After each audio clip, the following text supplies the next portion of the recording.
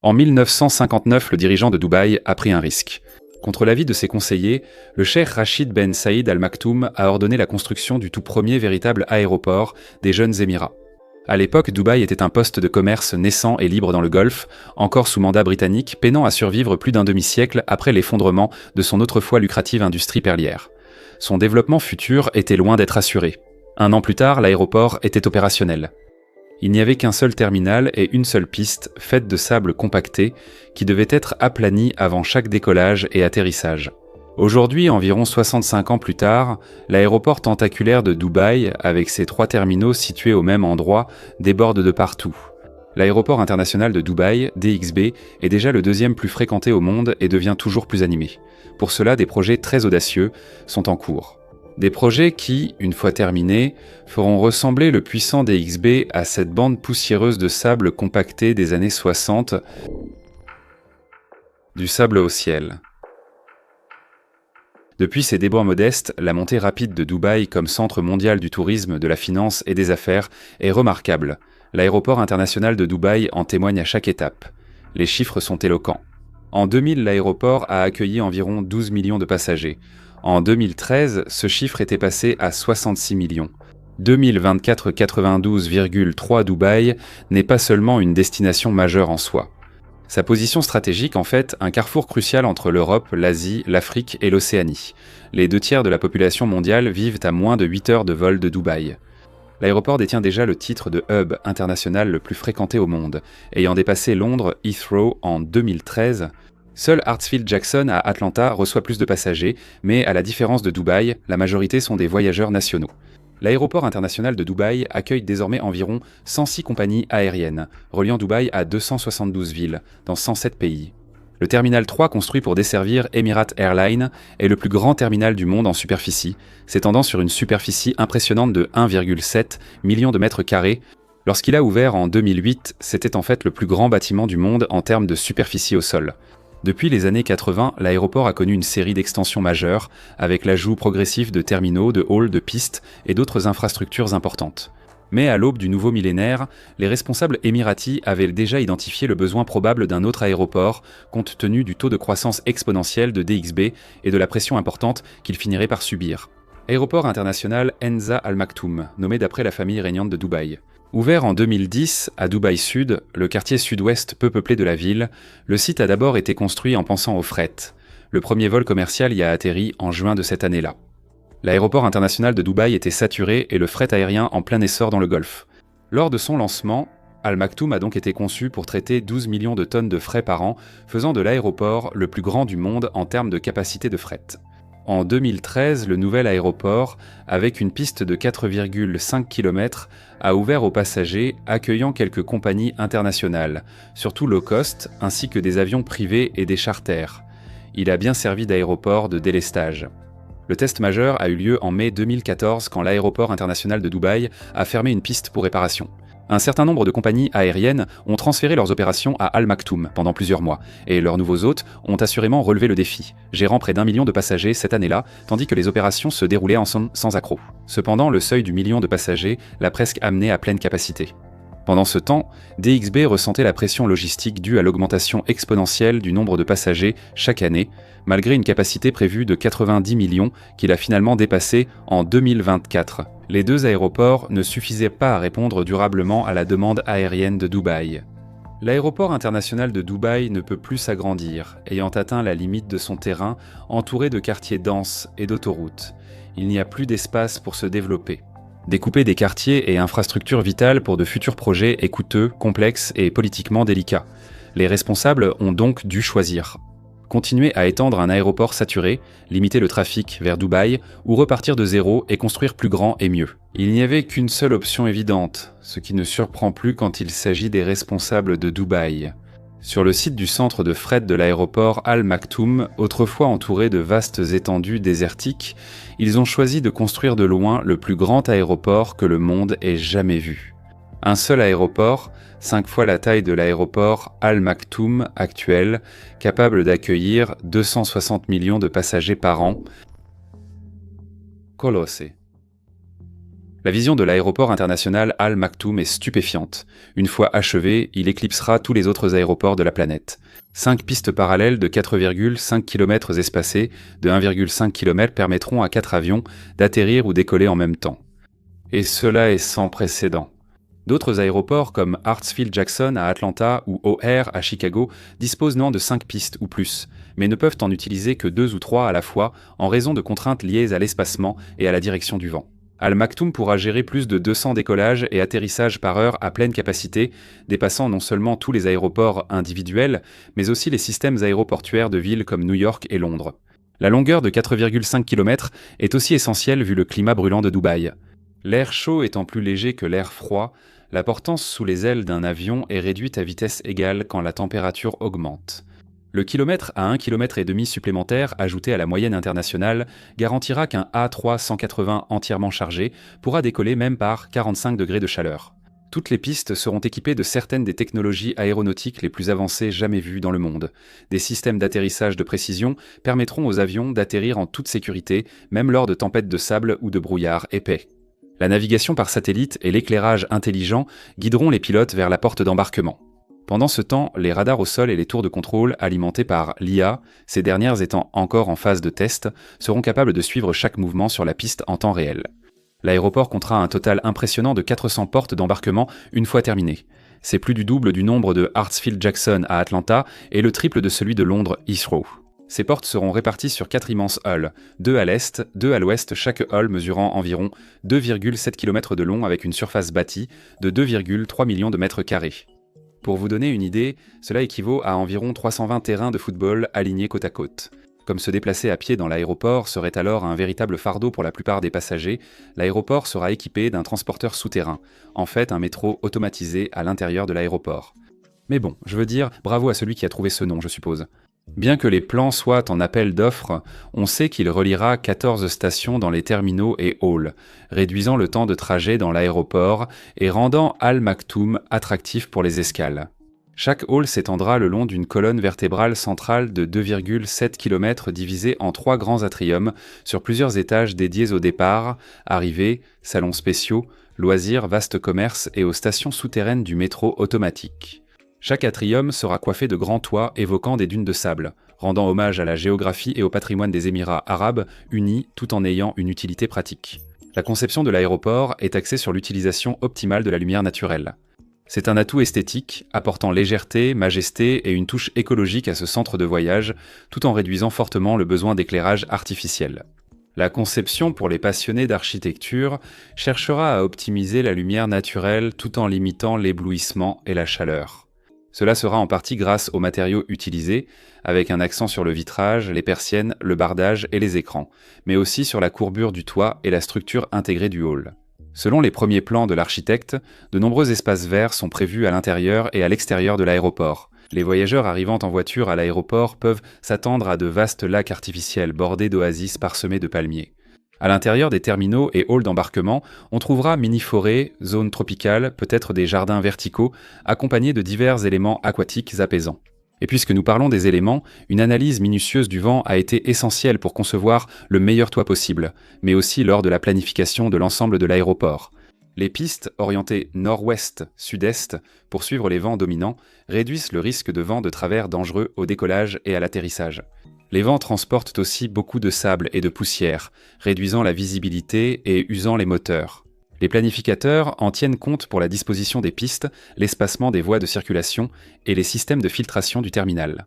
Et maintenant, plongeons plus en profondeur dans l'expérience aéroportuaire, ce système purgatorial où l'on traite les voyageurs comme du bétail, que nous connaissons et adorons tous dans la plupart des aéroports du monde. Al Maktoum va-t-il bouleverser les choses sur ce plan ?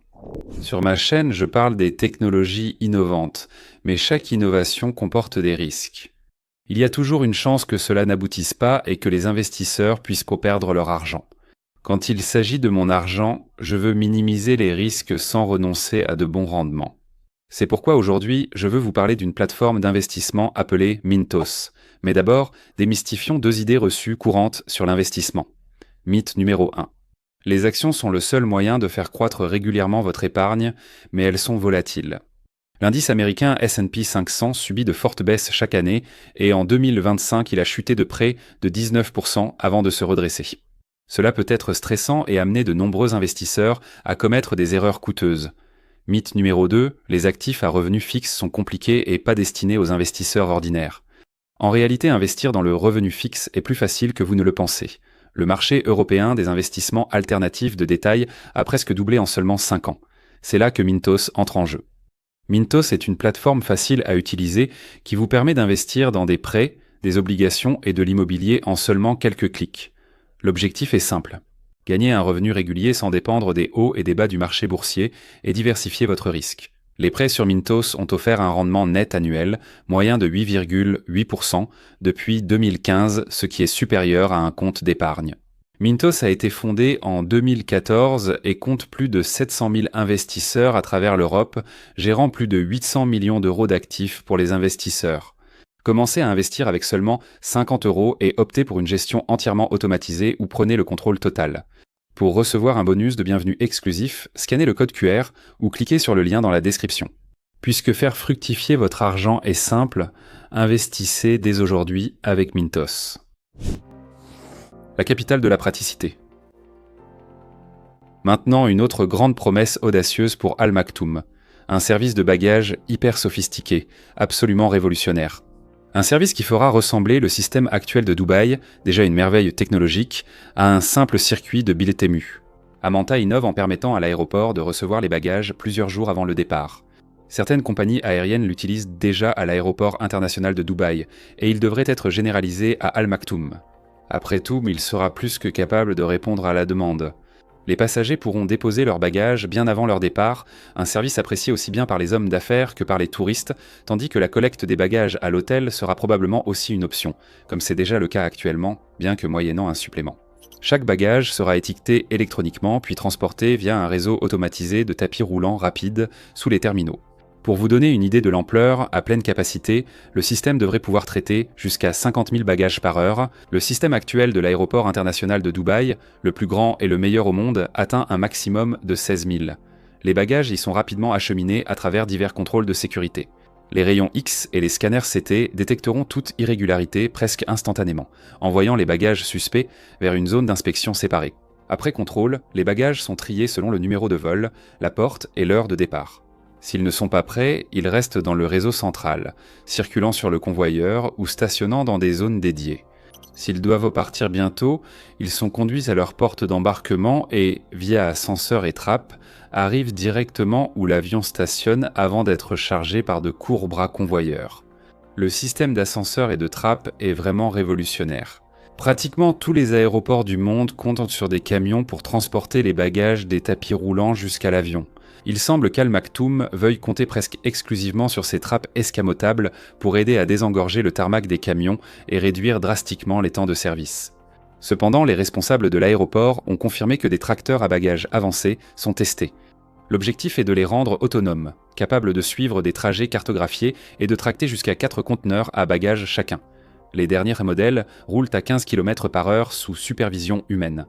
Maintenant, cela pourrait être une solution temporaire jusqu'à ce que le système de bagages soit entièrement opérationnel et desserve chaque porte.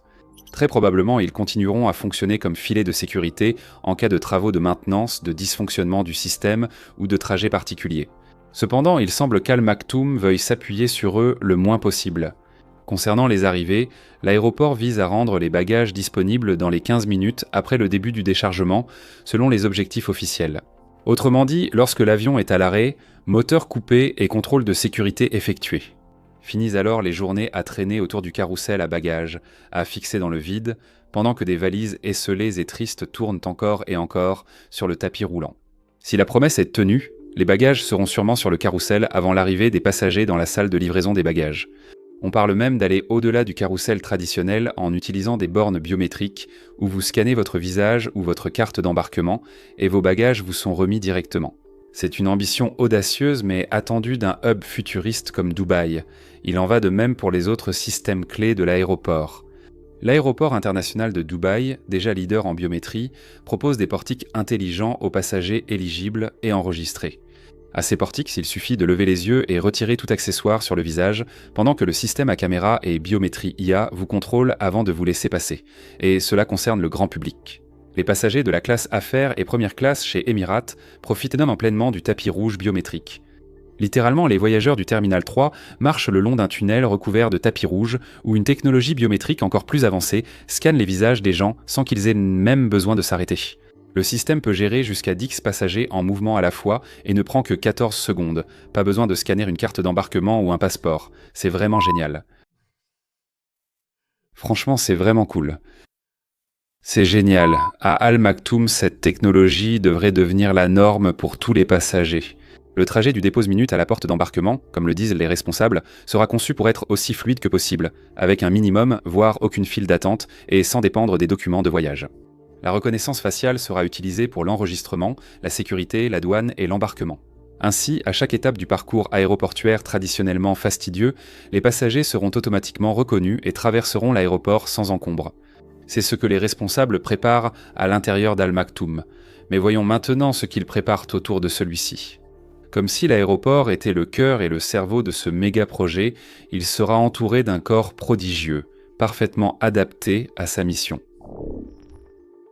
Aérotropole. Oui, le plus grand hub aérien du monde sera la pièce maîtresse d'une toute nouvelle ville. Comme la zone entourant l'aéroport est si vaste, les responsables émiratis ont déjà commencé le développement de Dubaï Sud, une grande nouvelle zone métropolitaine surnommée une aérotropolis. Ses ambitions sont parfaitement résumées dans son autre nom, assez déroutant d'ailleurs, Dubai World International. Comme l'aéroport Al Maktoum offrira des emplois à des centaines de milliers de personnes, le plan est que de vastes portions de ces travailleurs vivent réellement à Dubaï Sud. Les incitations s'accumulent déjà. Des logements neufs, bien plus abordables que dans le centre de Dubaï, des avantages offerts par les entreprises et le gouvernement comme des allocations logement et des procédures de visa accélérées, et pour beaucoup, l'un des principaux attraits, des temps de trajet considérablement réduits. Les routes principales de Dubaï et celles vers Sharjah et Abu Dhabi sont tristement célèbres pour leurs embouteillages. Contrairement aux anciens quartiers de Dubaï, où l'expansion a dépassé la capacité, l'aérotropole est créée de zéro avec un transport efficace et une planification urbaine basée sur des projections plus réalistes. Les récents communiqués annoncent accueillir 1 million de personnes, avec des logements allant des hébergements pour travailleurs aux villas de luxe. La ville sera un moteur économique pour Dubaï, créant environ un demi-million d'emplois. Cela concerne l'aviation et le fret, mais la majorité des emplois toucheront surtout les industries clés déjà présentes à Dubaï, comme la construction, la technologie ou l'hôtellerie. Le plan directeur divise la zone en 8 quartiers thématiques. Cela comprendra, entre autres, le quartier de l'aviation, de la logistique et du commerce, où les entreprises et les professionnels concernés se regrouperont en fonction de leur spécialisation. Un autre secteur sera la poche urbaine, initialement prévue pour accueillir l'Expo 2020 de Dubaï. Les terrains d'Expo City, comme on l'appelle aujourd'hui, ont rouvert après la pandémie et présenté divers designs innovants en technologie, architecture et ingénierie. Aujourd'hui, le site est en train d'être transformé en une ville intelligente, un centre pour les technologies vertes, les industries numériques et d'autres entreprises tournées vers l'avenir. Dubaï Sud a clôturé 2024 avec l'ouverture de 450 nouvelles entreprises et la location de bureaux a connu une croissance moyenne de 300% par an. La connectivité sera un atout commercial clé et un moteur économique important.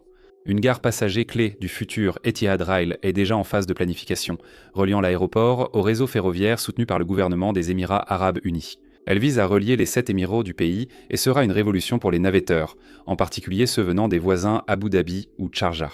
Plus important encore, peut-être, Etihad Rail constituera la section Émirati du chemin de fer historique du Conseil de coopération du Golfe. Une fois terminé, il reliera pour la première fois l'Arabie Saoudite, Oman, le Qatar, le Koweït, Bahreïn et les Émirats arabes unis par train. Ce sera un accélérateur inédit de l'intégration régionale pour les États du Golfe, révolutionnant la circulation des biens et des personnes dans la péninsule.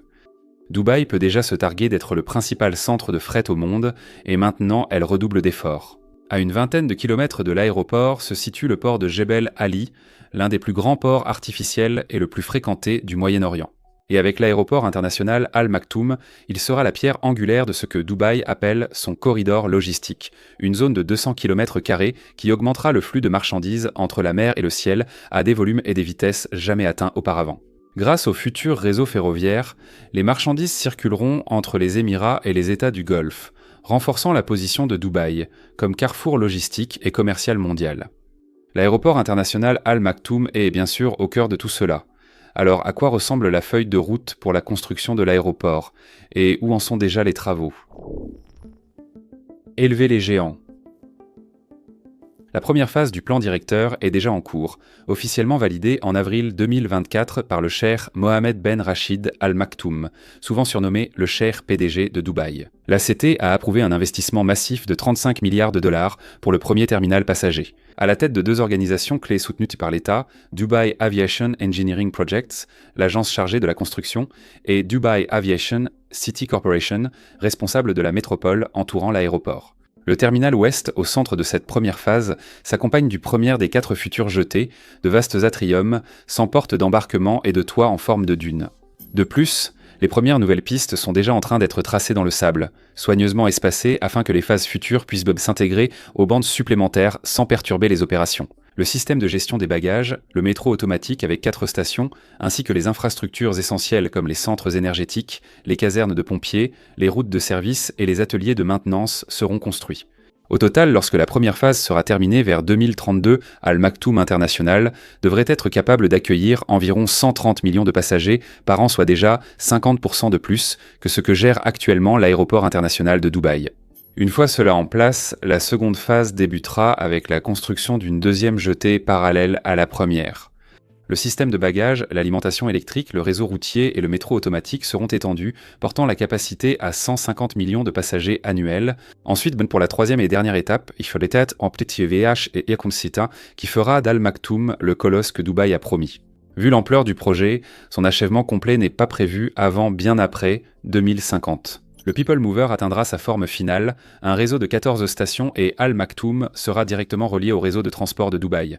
Cela sera réalisé avec la construction potentielle d'un métro express appelé la Purple Line, qui n'est pas encore confirmée, l'extension de la ligne rouge existante déjà prolongée jusqu'à Expo City, ainsi que, bien sûr, la future Etihad Rail. Une fois terminée, les chiffres sont stupéfiants. Une capacité de 260 millions de passagers par an, près de 400 postes au contact et plus de 15 millions de tonnes de fret, c'est 15 fois plus que ce qu'ils gèrent actuellement. Même les grands hubs comme Hong Kong et Shanghai ne gèrent qu'une fraction de ce chiffre. Alors où en est-on à la fin de 2025 ? La conception est finalisée, les travaux préparatoires approuvés et les contrats des grands systèmes déjà en appel d'offres.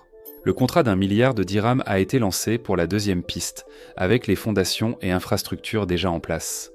Les constructeurs préparent aussi les systèmes automatisés de trains, tri et bagages, avec des attributions prévues d'ici fin d'année. En attendant, la colossale société de manutention au sol de Dubaï, Danata, a lancé des tests sur les tracteurs autonomes de bagages, qui circulent entre les avions et les halls à bagages sur des itinéraires prédéfinis.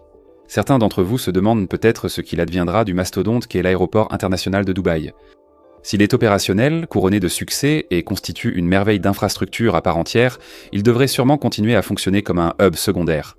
Eh bien, apparemment non. Paul Griffiths, PDG des aéroports de Dubaï, a déclaré à la presse que répartir le trafic entre 2 méga aéroports proches n'a aucun sens et serait un casse-tête logistique. Cela forcerait passagers et compagnies à navetter entre 2 sites, supprimant l'efficacité qui rend Dubaï si attractive comme escale mondiale.